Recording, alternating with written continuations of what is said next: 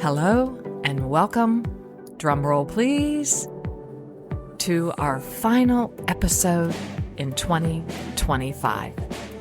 It's hard to believe that I have published 52 new broadcasts this year. That's amazing. We had so many amazing guests, thinkers, luminaries, so many. And we had 3 replays that actually have had the highest listening score. They are you ready? If Mama Ain't Communicating Well, If Mama Ain't Emotionally Healthy, and If Mama Ain't Behaving. Those came from the very beginning of our podcast journey back in 2018-19. And those are from my second book, Overcoming Hurtful Words, Rewrite Your Own Story. Our 4th most listened to episode this year was Inside the Big Lessons of Burnout. Yeah, with Dr. Ariana Malloy. And our 5th most listened to podcast was Seeing Resurrection is No Small Thing with Andy Kolber, one of my favorites and one of yours.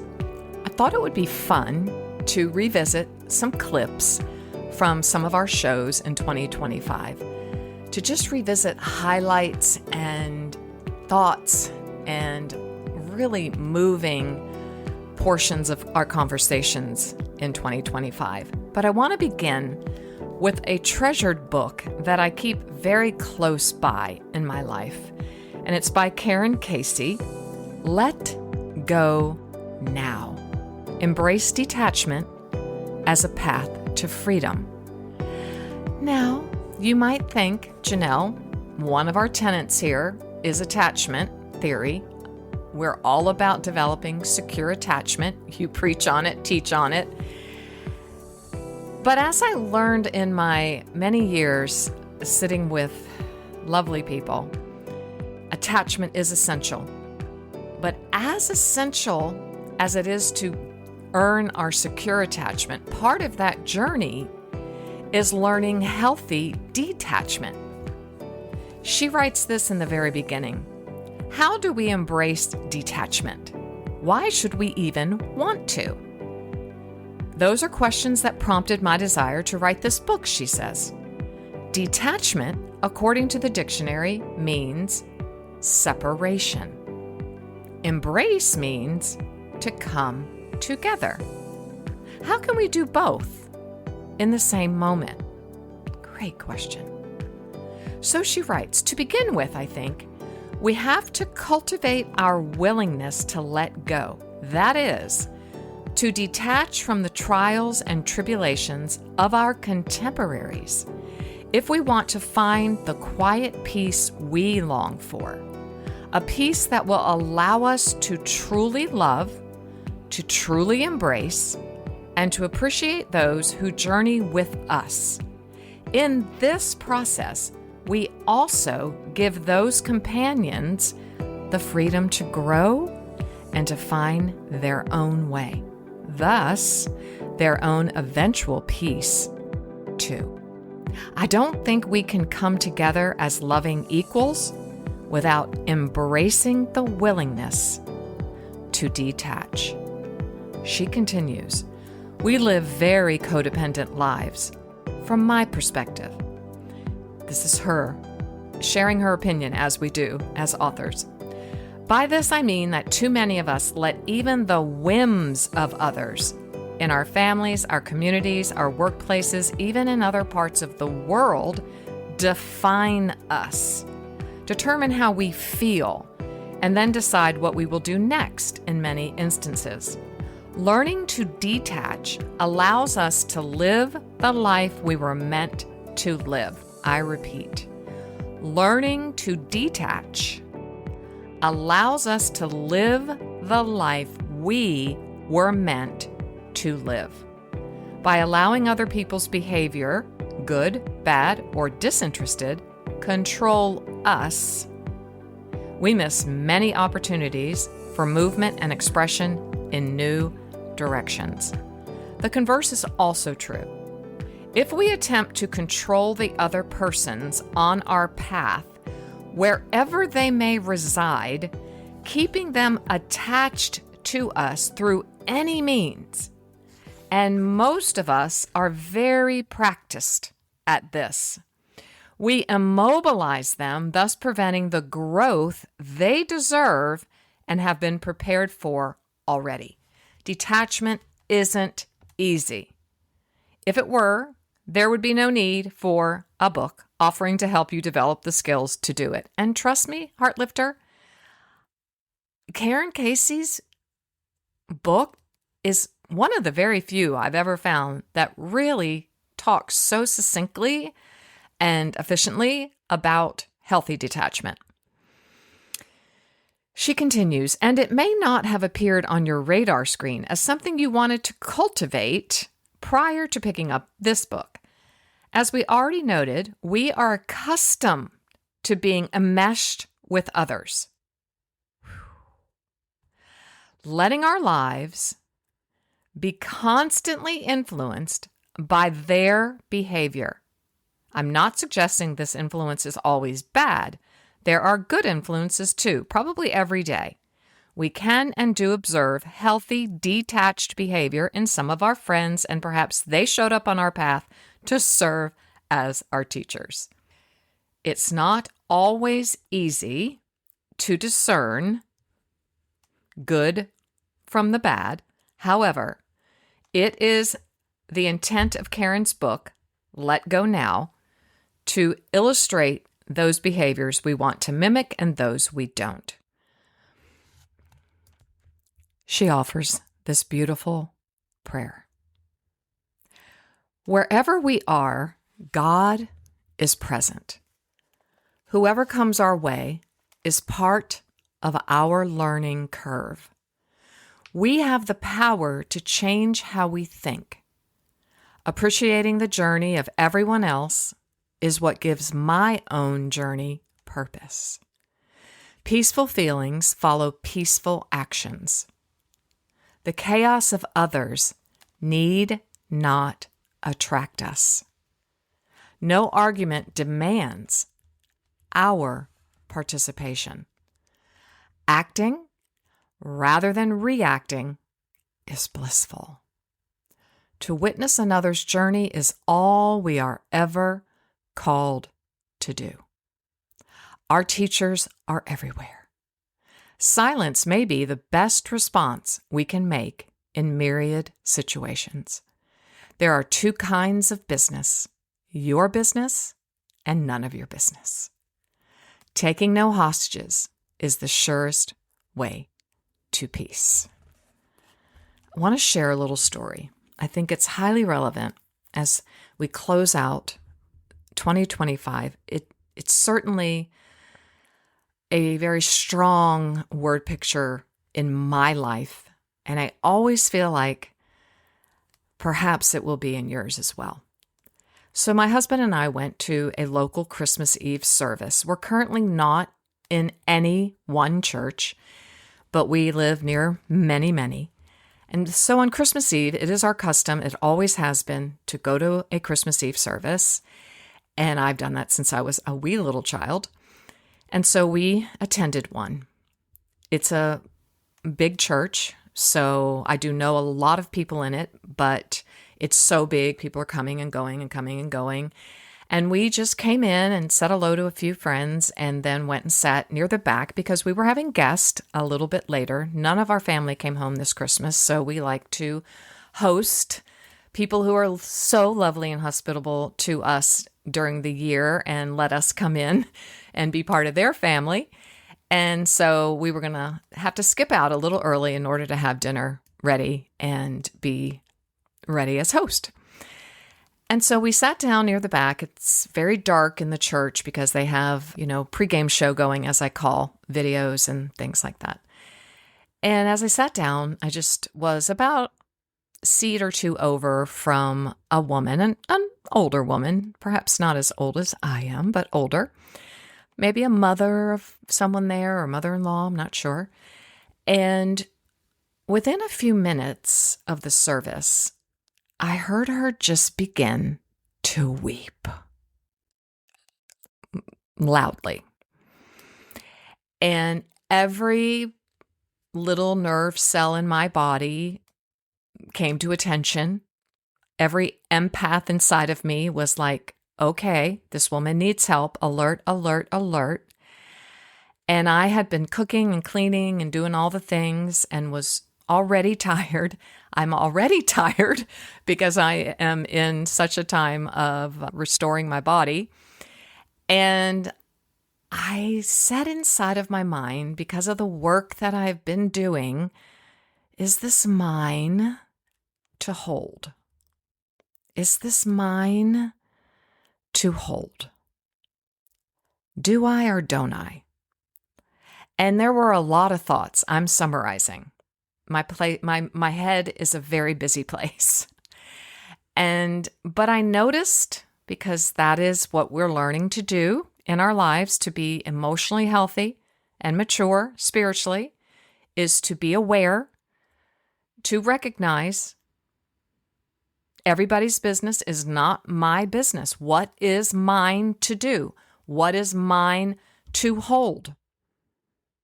The need is not the call. I was taught very early on in my spiritual journey. The need is not the call. The scriptures tell us you will always have the poor and the needy among you.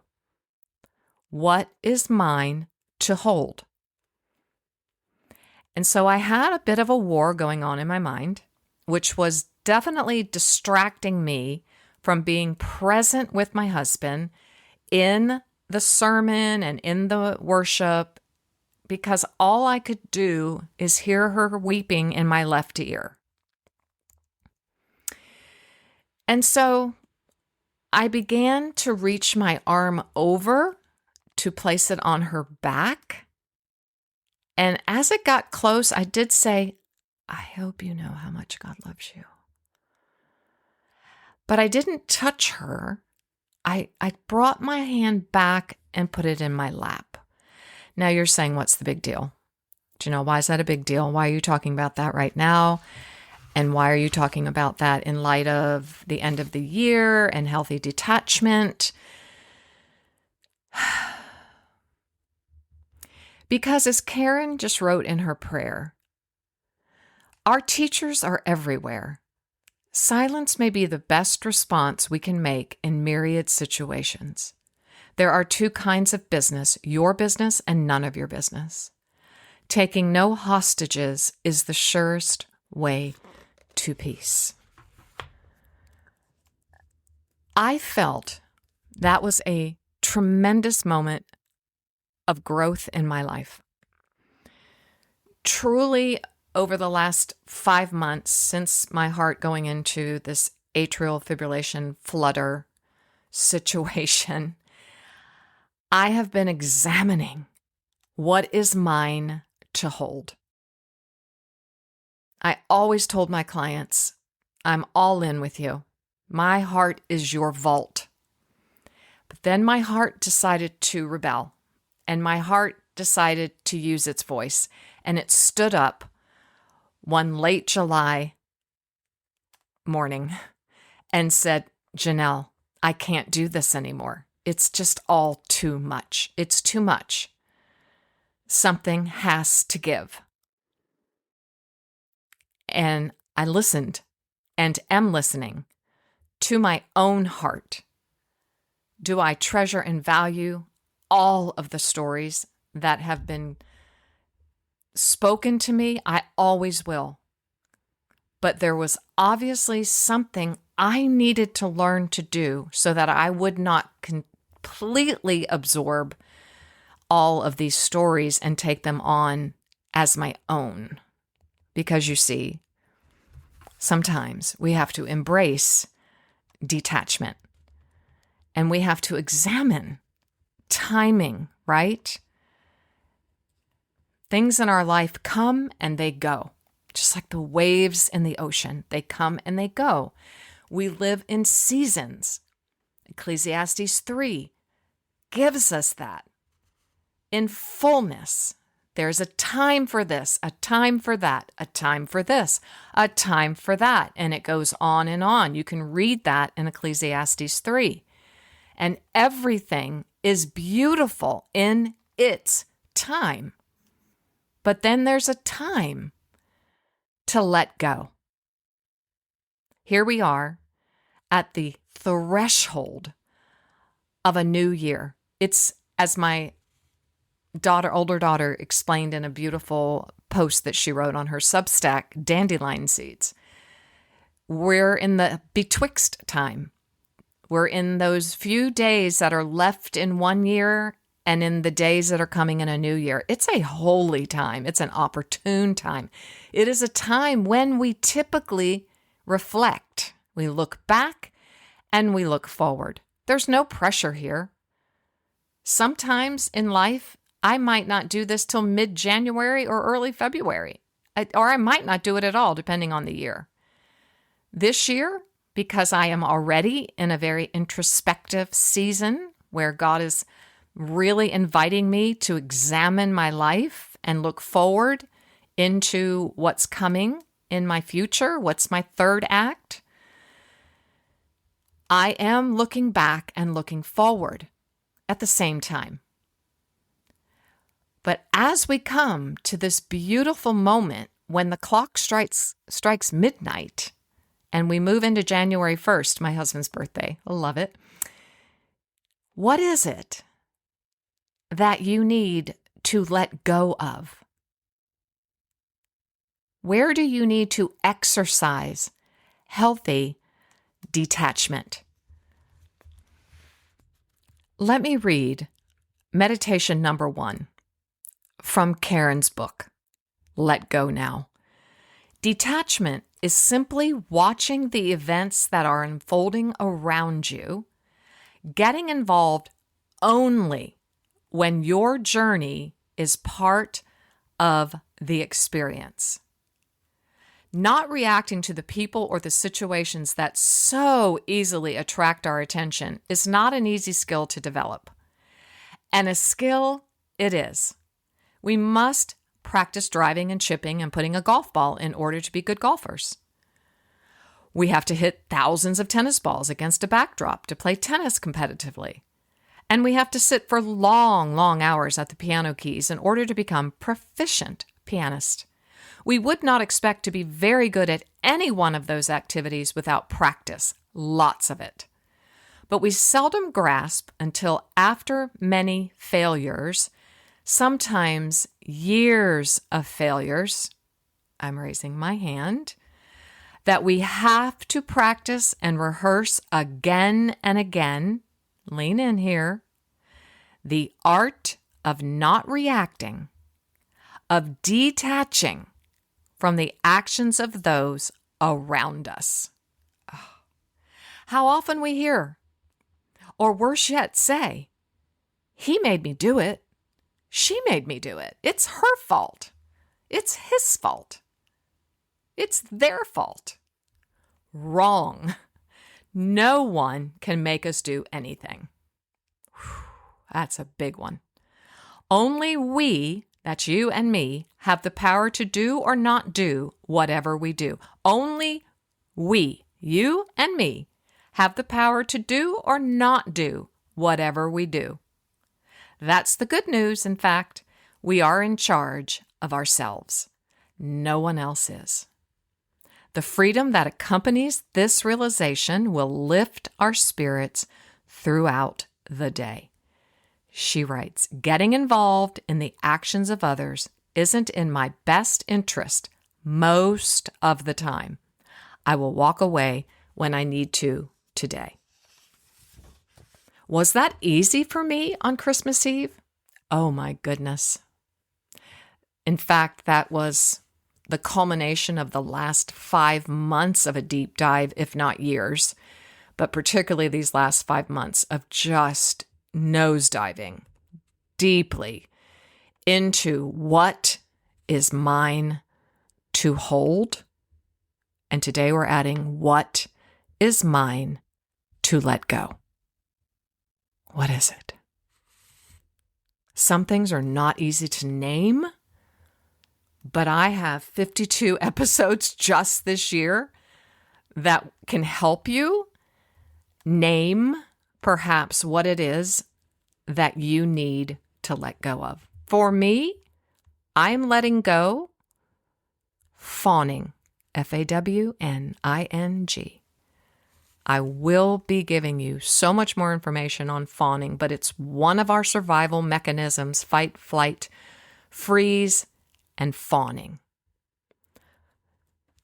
I have learned since July 30th, when my heart stood up and said, no more, no mas, no.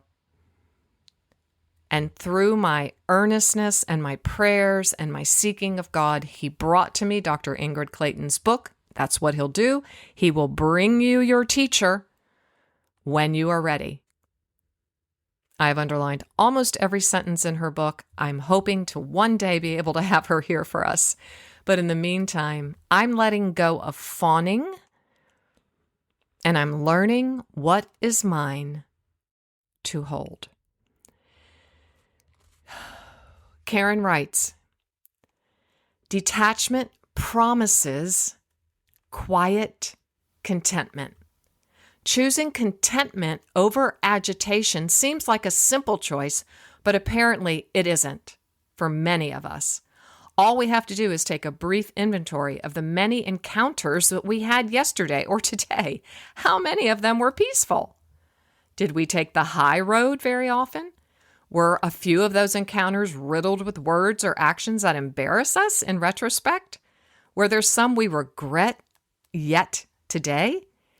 It's been my experience, Karen writes, that the encounters that are not peaceful fall into two categories. First, there are those that are the direct result of my trying to make something my business that is not my business.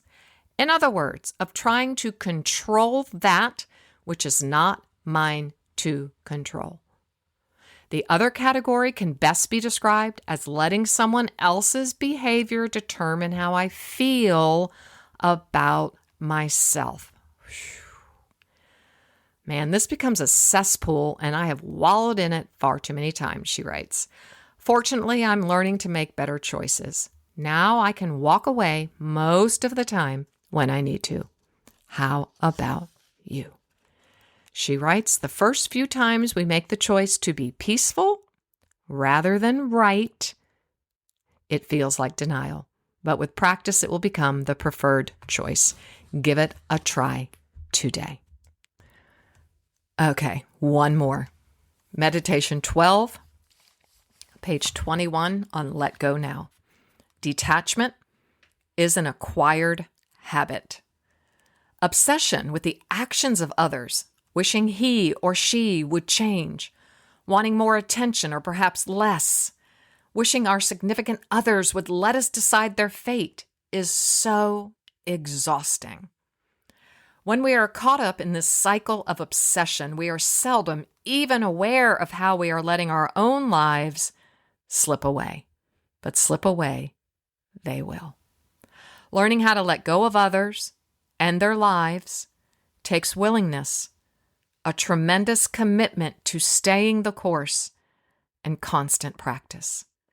If we don't keep this as a goal for our lives, we will miss the opportunities God is sending us for our own unique growth. We can only do justice to one life, ours. Being detached from someone does not mean no longer caring for them. It does not mean pretending they are no longer existing. It does not mean avoiding all contact with them. Hear me here, I'm saying. This is me talking. Karen continues, being detached simply means not letting their behavior determine our feelings. That is such a big assignment. It means not letting their behavior determine how we act, how we think, how we pray. Detachment is a loving act for all concerned. No one wants to be the constant center of someone else's life, at least not for long. Two people lose their lives when either one is constantly focused on the other. That's not why we are here. We can journey together today from the shared journey we learn, but being enmeshed with one another rather than complementing another's journey will destroy both parties. Wow. Maybe that's why, Heartlifter, that our top 3 episodes of the year had to do with Mama not being able to communicate well, Mama not being able to be emotionally healthy, Mama not being able to behave.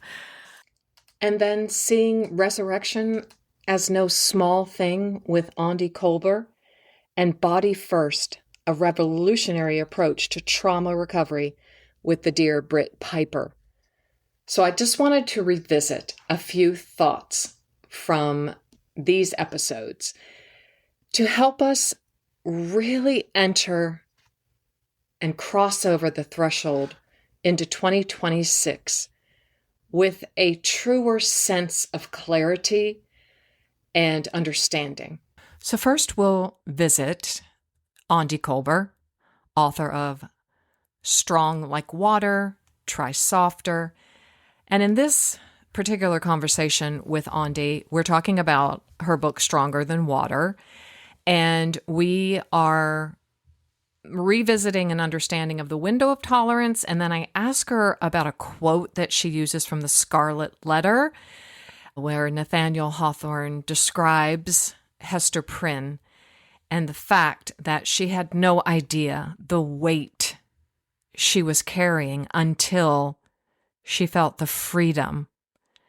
And I think this is very appropriate for us as we consider what we want to let go of in order to receive and move into a beautiful version of ourselves in 2026. Here we go.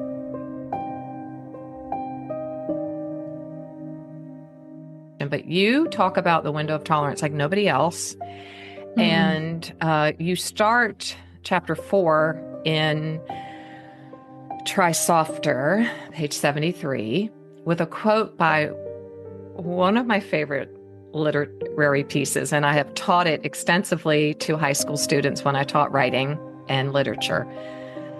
Nathaniel Hawthorne writes, "She had not known the weight until she felt the freedom."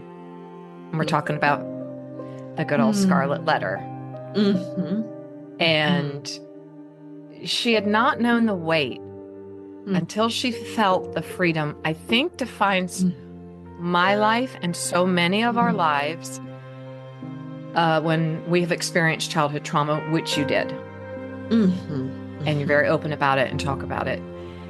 And why that quote? I want to know why you chose that quote, because it says it all. Well, yeah, thank you I don't think anyone, the book's been out for almost 5.5 years. No one's ever asked me, I think, directly about that quote, that's a really great insight. And I just want to say, I think all of this, just, this direction you're going with the role of mothering, and even, the way in which we all, and I know that this is probably more geared towards women, but even in a way, men do the work of sometimes having to do reparative self-mothering, right? Absolutely. And I think about that, like I've had to do some of my own self-fathering, and I also have had to do some of my own self-mothering. So really like honoring this, not only as like the actual things that happen to us, but then the reparative pieces. That's it. Needed, like the God-given sort of, divine feminine, really, like that honors like this need of this ability, this tenderness, right? And this type of compassion. And then also that we, even as women, have this fierceness and are really made to also embody those things. And so these beautiful energies, right, that like God designed us with, there's a fullness that even in God's image, there is a reflection of the fullness. So I just think that's beautiful. And then you're tying it, thank you for what you said about the window of tolerance that has been, first of all, a deeply transformative topic for me, like concept. I first, I always talk about that, first Dr. Dan Siegel really coined this concept. But a lot of how I teach it has also been really braided into things like the polyvagal theory. And then thank you so much. I very directly also incorporate my experiences in trauma therapy specifically, because of how much it's like I get to actually see in a way that is very, it feels very clear and embodied to me, the way the window of tolerance plays itself out in trauma therapy. So all that to say, coming back to your question. Yeah, no, but I love it. And I love how you're weaving these things together. But this particular quote, I read The Scarlet Letter in high school, and it was impactful, and that, I was obviously still quite young and thinking about a lot of different ideas. But it's so common, not only for me in my own life, because I did not personally know the level of my own trauma until I became an adult. Oh, for sure. Absolutely. Right? I was sort of the embodiment of that quote. Like, I had no idea the weight I was carrying. I had no idea how little I was able to fully exhale, how there was such a lack of feeling like I could fully be myself, that there was who is myself, right? I mean, you say that, like, to be fully human alive. What the heck does that even mean? I'm asking myself that at 65, and still, that's why I'm so happy you're here to really help us, I guess, know the weight. Yeah. So we can feel the freedom. Yeah. Yeah. And this particular thing, I think this is the role. And again, why it's such complex and deep work is that sometimes we come to know the weight because someone else begins to reflect back to us in a way that a lot of times we never have experienced before. Like, maybe, especially with like things like developmental trauma, childhood trauma, but even later in life, if you're having significant ruptures relationally or trauma, like this lack of being known or seen. And that creates like almost like a vortex in our body. Where it's like we don't have we're not tracking, one of the words for that is interoception. We lack the ability to track with the experience of our body. And this is a really common thing that happens with especially things like developmental trauma, but other types of trauma too. This is what we mean when we say that the body is literally, when Bessel van der Kolk talks about keeping the score, this is one of the implications that I can't literally tell the weight. No. And sometimes it's even physical weight. Like, we gain weight, right? It could be. It's spirit, soul, body. Yes. Yeah. There's so many different ways so that I can't tell you necessarily, or someone couldn't necessarily say, hey, here's the extent of my pain, or here's why. They haven't probably even come close to fully making sense of what they've gone through. Or if they have, that narrative is lacking the fullness of the reality of actually maybe what did happen.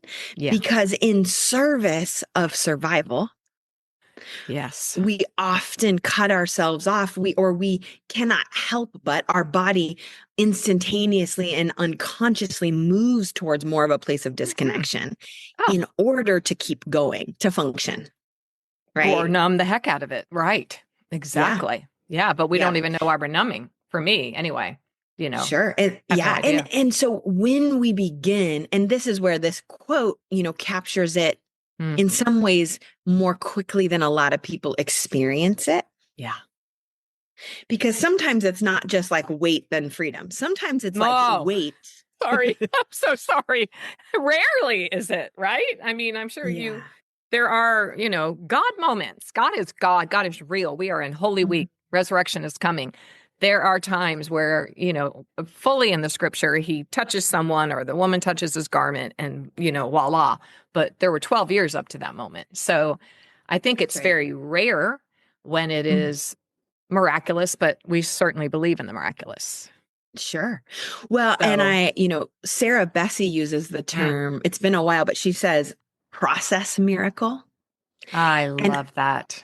I think of a lot of therapeutic work as a process miracle. That's your next book. I like it. That's Isn't that good. beautiful? Yeah. Well, props to Sarah Bessey for that. But I think all of this work is that. And what I mean too is that we notice the weight, and then often then it's grief. Yeah. Then it's feeling the feelings. Then it's making sure we have the resources and the care. And then finally we may begin to metabolize. Love it. That's why I love you. And then in that process, we begin to notice the freedom, and we begin to notice also, oh, this is how bad. This is how big. This is how much was taken from me, how much I didn't receive. And often, I have a quote that I've shared many times, but it's something to the effect of saying, sometimes people think they are really, really tough. But what's happened is they've normalized being treated badly or being harmed. And they, in their mind, have come to make sense of that as like, oh, I'm just really tough. I can put up with this.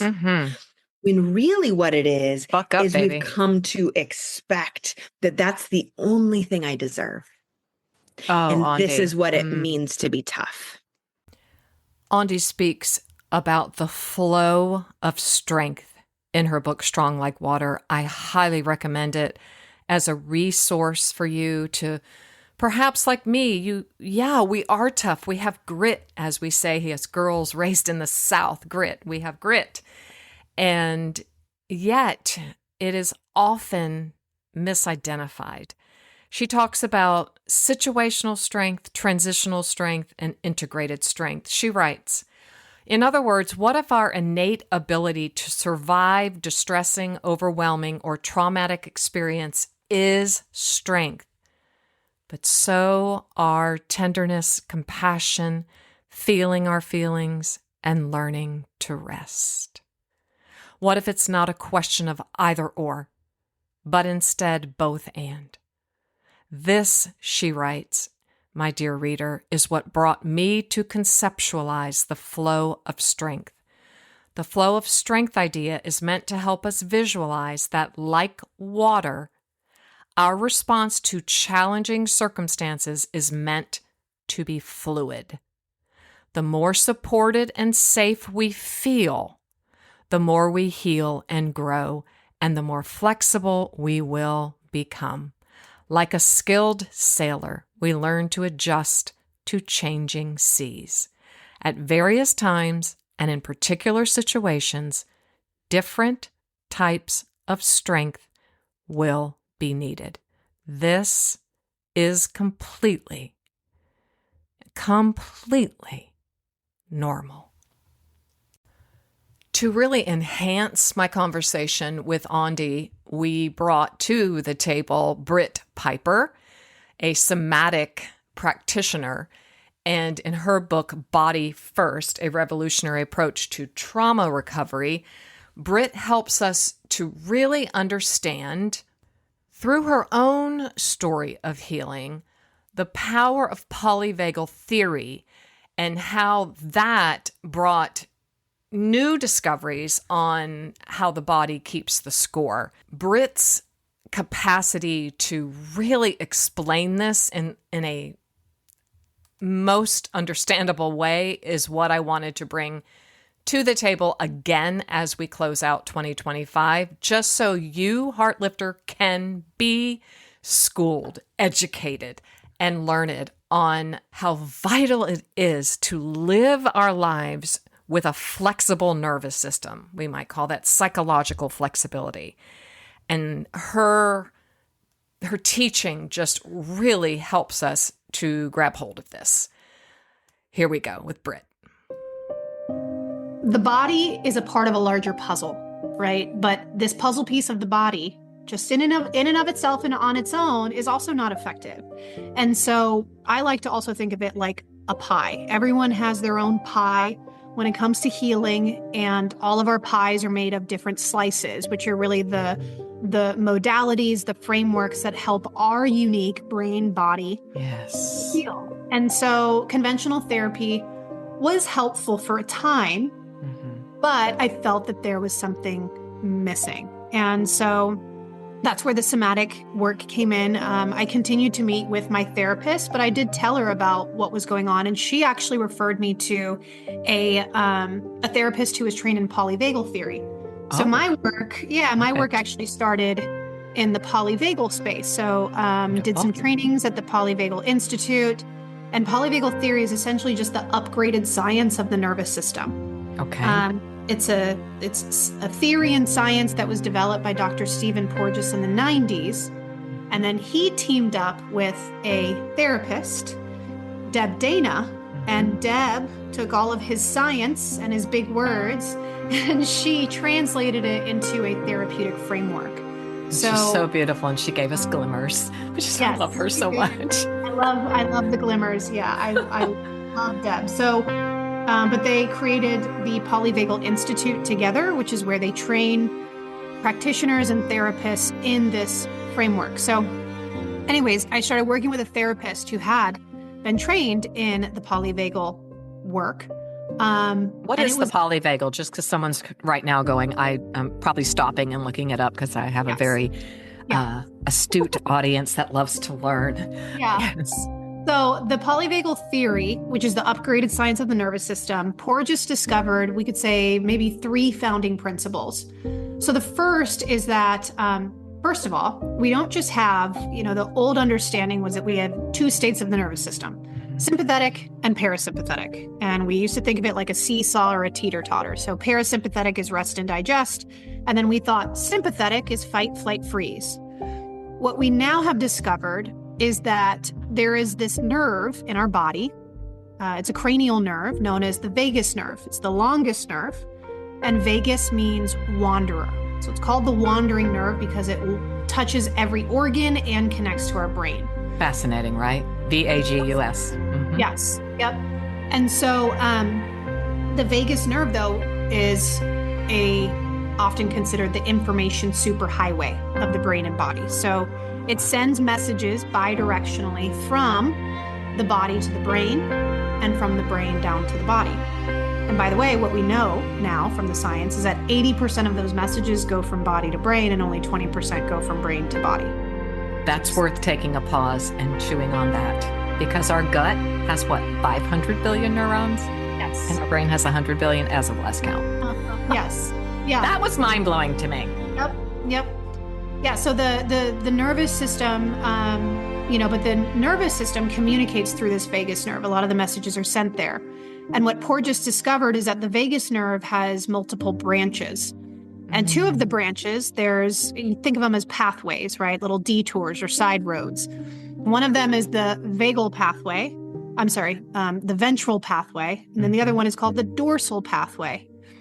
And he discovered that the parasympathetic branch of the nervous system has 2 pathways, ventral and dorsal. And so now, instead of just having 2 states of parasympathetic and sympathetic, we have 3 states. So let's think of it now in terms of a ladder. I just really like this imagery because I feel like you understand. Porges created the polyvagal ladder instead of a seesaw. Now it's a ladder, and it has 3 sections. There's the section at the very top, which is your ventral state, your rest and digest state. There's then a state in the middle section of the ladder, which is your sympathetic state of fight or flight. And then there's a section at the bottom of the ladder, which is your dorsal vagal state, parasympathetic dorsal state of shutdown. Oh my gosh. This is so liberating. And as you're talking, I'm thinking, I knew that he developed all this in 1990. Do you know I had twins in 1990? Yeah, trauma is so new, really only 2 decades or whatever. But when you said that, I went, oh my word. Yeah. Wow. I was carrying not only two children in my womb, but boy, was I carrying so much trauma. Mm-hmm. Fascinating to me. Yeah. You know, Yep. how very grateful I am that we're able to help make a trauma-informed world now, which is what your main impetus is trying to do to us. Okay, so we have this dorsal. Okay. Yeah. So So, all that to say, he yeah. discovered that there is not just two states, there's three states. Okay. Digest, fight or flight, which is our sympathetic response, and then there is shutdown, which is kind of Ooh. like, but it's a little bit different. Think of it as like your hibernation state, your disconnection state, whereas fight or flight is your mobilized state. So, what he also realized in his work is that thinking about that ladder, we go up and down that ladder probably 100 times a day.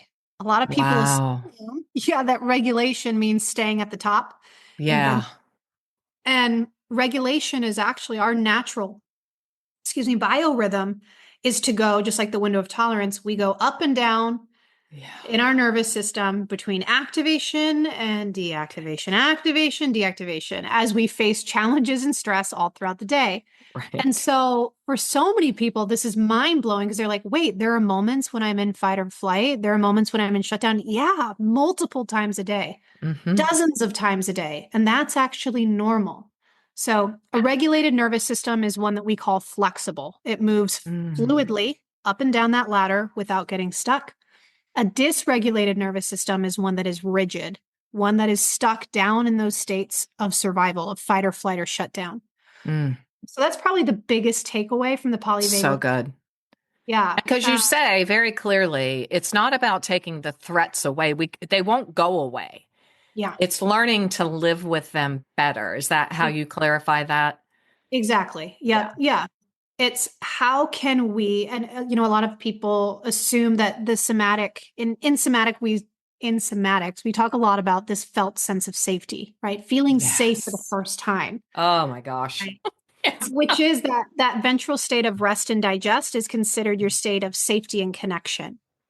And so, yes, it's about starting to build a bridge to safety and connection. I can feel safe inside my body for the first time. I can feel safe in the world. I can feel safe with others.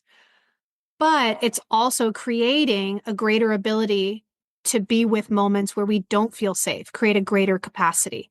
And that, Heartlifter, is why we are here. To develop greater capacity to move through our lives and in our spheres of influence, practicing a healthy sense of self, healthy behavior patterns, and healthy communication skills. We've gone long. I knew we would. But it's worth our time to take reflection as we move into this new year. I want to close with a pause and reflect from Karen's beautiful work, Let Go Now. Praying for willingness in every attempt to change our behavior is the first and most important step. Blaming others for our unhappiness is so tempting. We keep our focus where it belongs. There is little doubt about where that is. When the chaos calls, leave. Seeking the silence of our inner space is the solution when others are trying to entrap us in their madness. We will always have at our fingertips God, the quiet within, and our journal if we need time away to sort out the confusion around us. Use one or all of these daily. We are surrounded by other people who practice the art of detachment quite well. They are present to show us it can be done. Watch them carefully. What do we see? Make a plan to mimic their behavior. Ask them for help. So, Heartlifter, that is why we have Heartlift Central and our Heartlifting community. Because we are all committed to practicing the presence of God in our lives and also bringing forth into our spheres of influence emotional, mental, relational, and spiritual health. That's why we meet here. That's why we meet over at Heartlift Central on Substack. That's why we have our very small but mighty community on Facebook at Today's Heartlift with Janelle, and why I am on Instagram at Janelle Reardon. Let's connect. I am here at the end of a year and the beginning of a year, looking forward with great anticipation. I have such a deep sense that God is moving in my own life for such a time as this, and I invite you to be along the journey with me. If this podcast is a source of joy for you and blessing, I invite you to participate through your financial support, either at Heartlift International. You can make a tax-deductible donation. You can become part of our Circle of Trust, which can be $5 a month, or however you choose to give. If you'd like to make a one-time donation, just look in the show notes and you'll see Support the Show. Click on that and you can make a donation there. And if you would be so kind, become a paid subscriber on Substack. The paid subscriber can be monthly, or it can be annually, or you can be a founding member. Your support matters so much. So Heartlifter, Happy New Year. As you cross the threshold wherever you are going to be at midnight on December 31st, know that my prayers have preceded you there. And I pray that you will take a few moments to consider what is mine to hold and what is mine to let go. Happy New Year.